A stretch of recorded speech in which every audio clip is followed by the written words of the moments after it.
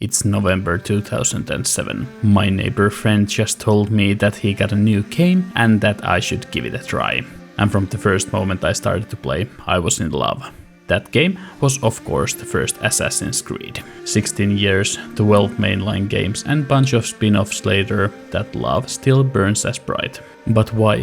What is it about this franchise that instantly captured me like no other, and why I still love it to this day? Since I was a small child, I've always deeply loved history and learning all about the different eras of humanity. When the original Assassin's Creed came out, I was enthralled by stories about hidden mysteries and secret societies through other media like the Da Vinci Code and National Treasure, so you can imagine my excitement when I had the opportunity to jump into this new universe of assassins and Templars and actually be part of that history, as cheesy as it sounds. There is just something so magical to be transported to these different historical eras, of seeing a new side of an historical story I'm already familiar with, or discovering something new which sparks my interest in that era outside of the games. Through these 16 years, I've played all of the mainline and spin-off games, yes, including those dumb Facebook social games and mobile titles.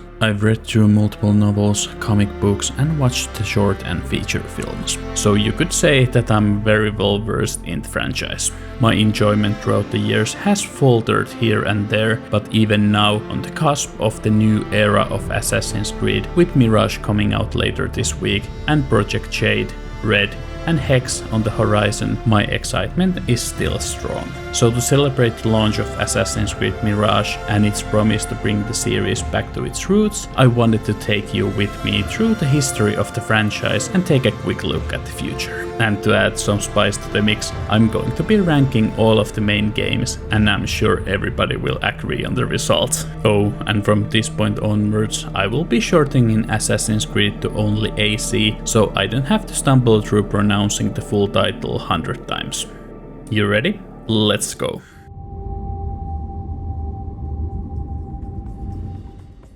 The journey starts in the 12th century Middle East. The game introduces us to the series' core battle between the Templar and Assassin orders. You play as Altair, a demoted assassin novice tasked to eliminate high-ranking Templars in the cities of Jerusalem, Acre, and Damascus. AC1 features a lot of the gameplay systems that became series staples, like the eagle vision, different stealth mechanics of hiding in crowds and assassinating people with your hidden blade, parkouring through the streets and rooftops, and of course synchronizing high points to discover new activities on the map. On today's standards, the gameplay is really bare bones and quite janky, but that still doesn't take away from the game's really unique atmosphere, amplified by the classic bluish-grey color palette. AC1 also introduces us to Desmond Miles, our protagonist in the modern world, experiencing these ancestral memories through the device called the Animus, while being captured by the modern Templars Abstergo Industries. AC1 has a lot of nostalgia for me, but I truly love its vibes of the Middle East and the intrigue of the modern day storyline, and that earns its a place in A tier.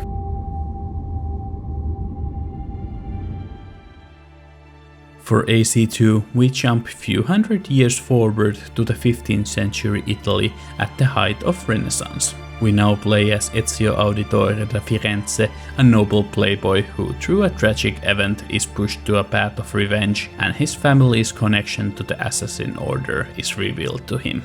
Ezio, with his oozing charisma, is one of the best protagonists not only in this series but in video games general, which elevates AC2 and the following sequels to new heights. We journey through Florence, Venice and multiple smaller Italian towns as we see Ezio mature throughout the years and meet new allies like Leonardo da Vinci and Niccolo Machiavelli. The gameplay is similar to AC1 but refined on all ends. The parkour is smoother, the combat flows better, and new abilities make stealth even better. We also get some more information about the backstory of the whole AC universe, learning about this advanced precursor race of the Isu who took the roles of the ancient gods and dominated the world before humanity, and the powerful relics they left behind, the Pieces of Eden. In modern day, Desmond escapes from Abstergo with some help from his new assassin friends Lucy Stillman, Sean Hastings and Rebecca Crane, with the latter two ending up being the main connection throughout all of the modern day storylines in the franchise. AC2 is the perfect sequel. It takes all of the slightly half-baked systems from AC1 and creates a magnificent journey both in gameplay and story. And who could forget the absolutely beautiful main theme of the game, which in my opinion is one of the greatest pieces of video game music of all time. And that's why AC2 is in S tier. It is a good life we lead, brother. The best. May it never change. And may it never change us.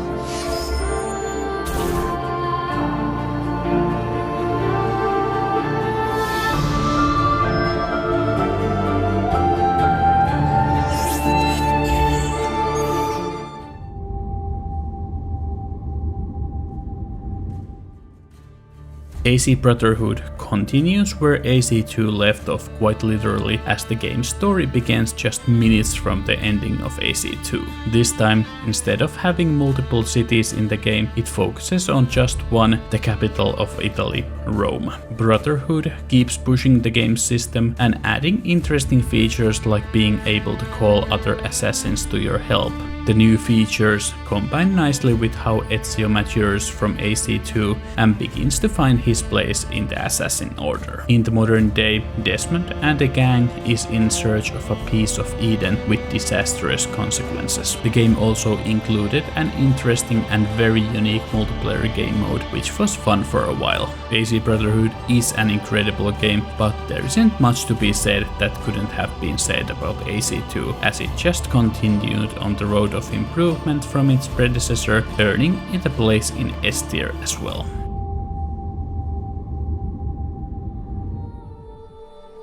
AC Revelations is the final piece of Ezio's trilogy and in a sense also the ending of Altair's trilogy if we count the PSP spin-off of AC Bloodlines. We take a few-year leap as we play a more older Ezio in the city of Constantinople in the Ottoman Empire. Ezio is following in Altair's footsteps to discover hidden assassin library to learn more about the Order. In the modern day, Desmond is stuck inside the Animus. AC Revelations is not really any worse game than 2 or Brotherhood per se, but it also feels like an unnecessary installment and could have been told in a different medium, as the ending of Ezio's story is anyways told in a short animation. Some of the charm is also gone as the game leaves its Italian setting behind. None of the gameplay improvements really make an impact, and the fact that the modern story is also halted makes the experience worse. That's why Revelation is in the B tier for me.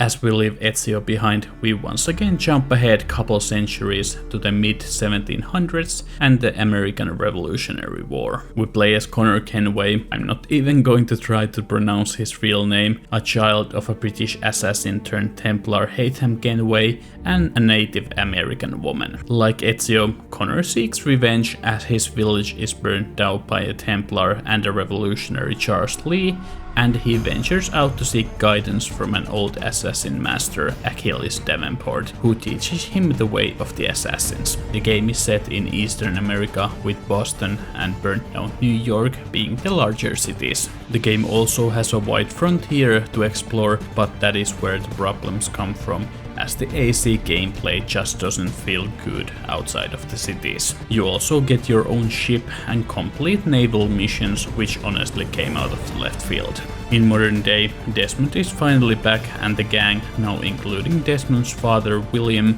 heads out to a temple trying to prevent the large catastrophe with the questionable help from the Isus Minerva and Juno, and unfortunately this is the last time we get to enjoy Desmond as our protagonist. AC3 3 was a disappointing game, as Connor just can't match Ezio as a protagonist, and traveling the frontier is just boring, with the new abilities like Drop Dart doing nothing for me. The setting overall is interesting and fits into the themes of the series, and the opening hours with Haytham was quite clever, but unfortunately they cannot save the game from going to C tier.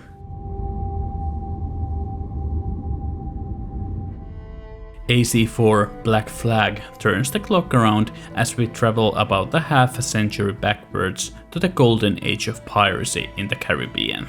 We still stick with the Kenways as we play as Haytham's pirate father Edward Kenway, who finds himself in the middle of a battle between the assassins and Templars and kinda plays both sides during the story.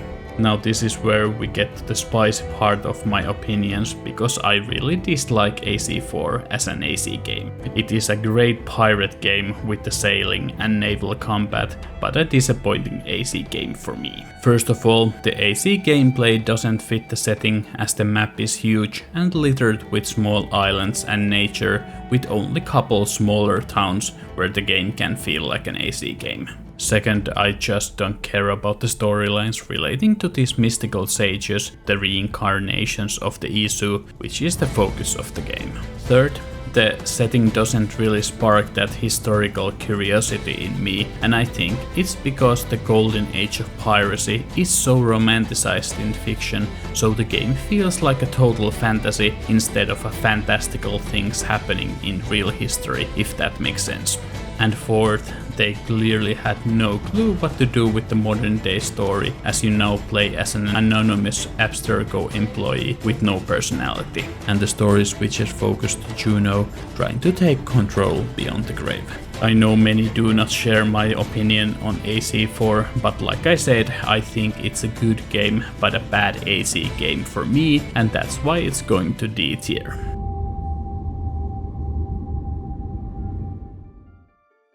With AC Rogue, we return back to the later 1700s as we play as Shay Cormac, an assassin who, like Connor, is mentored by Achilles. After a failed mission, Shay grows mistrusting of the Order and betrays them. Later, Shay is inducted into the Templar Order by no other than Haytham Kenway. Gameplay-wise, the game is a mix of AC3 and 4 with a lot of sailing, but also the frontier to traverse, and the not yet burnt down New York City as the main city. I still have the same issues with Rogue's gameplay as I had with 3 or 4, but I did find the story quite interesting, as it works like the glue between 3, 4 and the next game. Unfortunately, in the modern day, you are once again a random Abstergo employee, and there isn't really anything to hold your interest. I like Rogue a bit more than 4, but it's still in the D tier.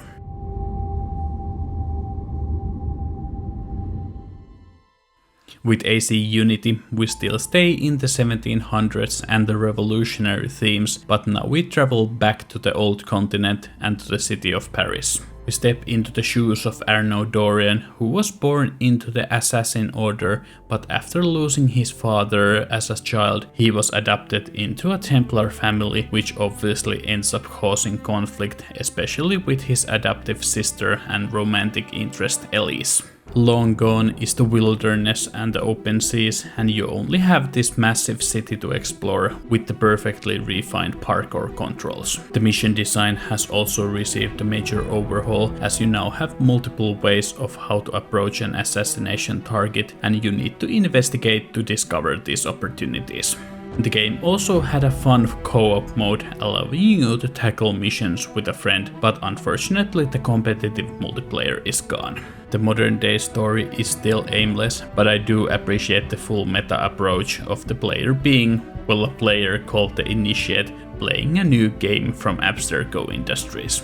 AC Unity launched in a pretty rough shape technically, which caused it to have quite a negative reputation. I fortunately never encountered these issues, and for me, Unity was an amazing game.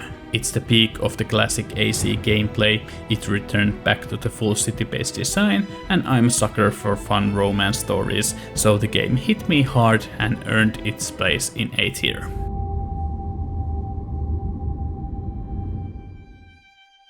And now we finally take a time jump forward and move into the late 1800s to the Victorian London. And this time we don't have just one protagonist but two, the twins Evie and Jacob Fry. They are quite rebellious, ignoring a command from the other assassins, and decide to take on the Templars controlling London on their own by building their own criminal gang. You are free to switch between the twins and both cater to different playstyles, with Jacob being the brawler and Evie focusing on stealth. London is a bit larger than Paris, but unfortunately the size and verticality starts to cause some issues. The buildings are taller, so just parkouring up is less useful, so you have to use your grapple gun, and the space between the buildings is also wider, so you have to use a line launcher to get across. You can also use horse carriages to get around. These new features are fun, but also make the parkour, which Unity perfected, less useful. In modern day, you still play as the initiate, and even though Sean, Rebecca and William are still somewhat part of the story, I was losing interest. AC Syndicate is fine. It took some steps back from Unity, but was still focused on delivering that city-based gameplay and offered a fun dynamic with the twins, and that earns it a place in B tier.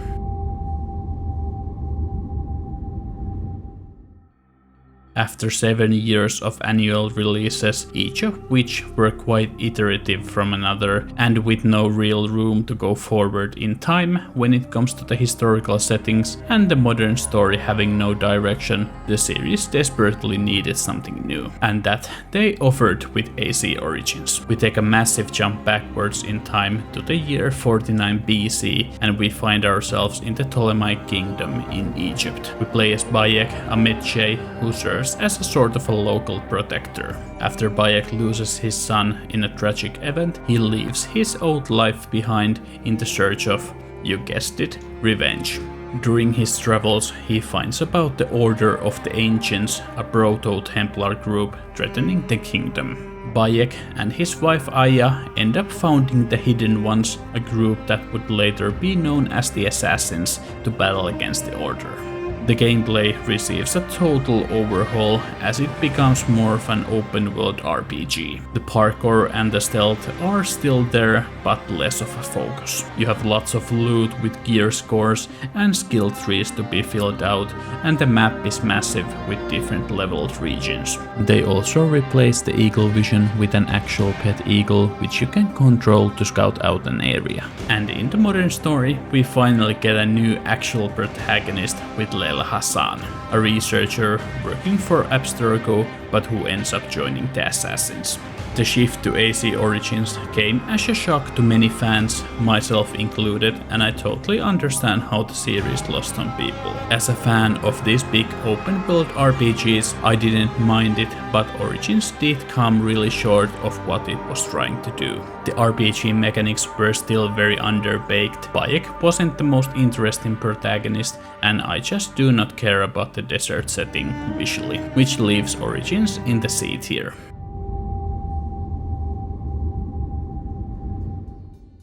We then take another 400 years backwards and get to ancient Greece and the war between the city-states of Sparta and Athens. Protagonist of the story is up to the player, as we can choose between the Spartan siblings Cassandra and Alexios, and the one you don't choose ends up in a more antagonistic role in the story. I'll focus on Cassandra, as she is the canonical protagonist and the one I chose. She is separated from her family early in life, and a lot of the story focuses on her finding her family while fighting against the Order of the Ancients. In modern day, we stay with Layla as she gets more comfortable working with the Assassins and uses Cassandra's memories to track down a lost Isu temple. The gameplay continues with Origins RPG style but refines it. You have dialogue choices, romances, the combat with different abilities is fun, mercenary mechanic always keeps you on your toes, and the gear allows more freedom in role-playing, both visually and gameplay-wise.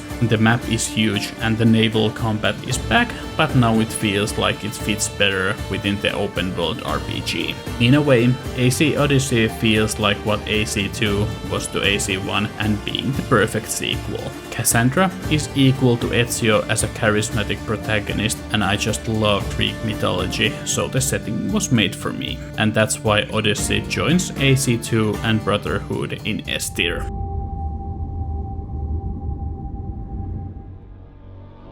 And for the last game in our list is AC Valhalla, taking place in the 9th century, and we step into the boots of Eivor, either a male or female Viking who starts the journey in Norway but travels to England to start a new clan with his brother Sigurd.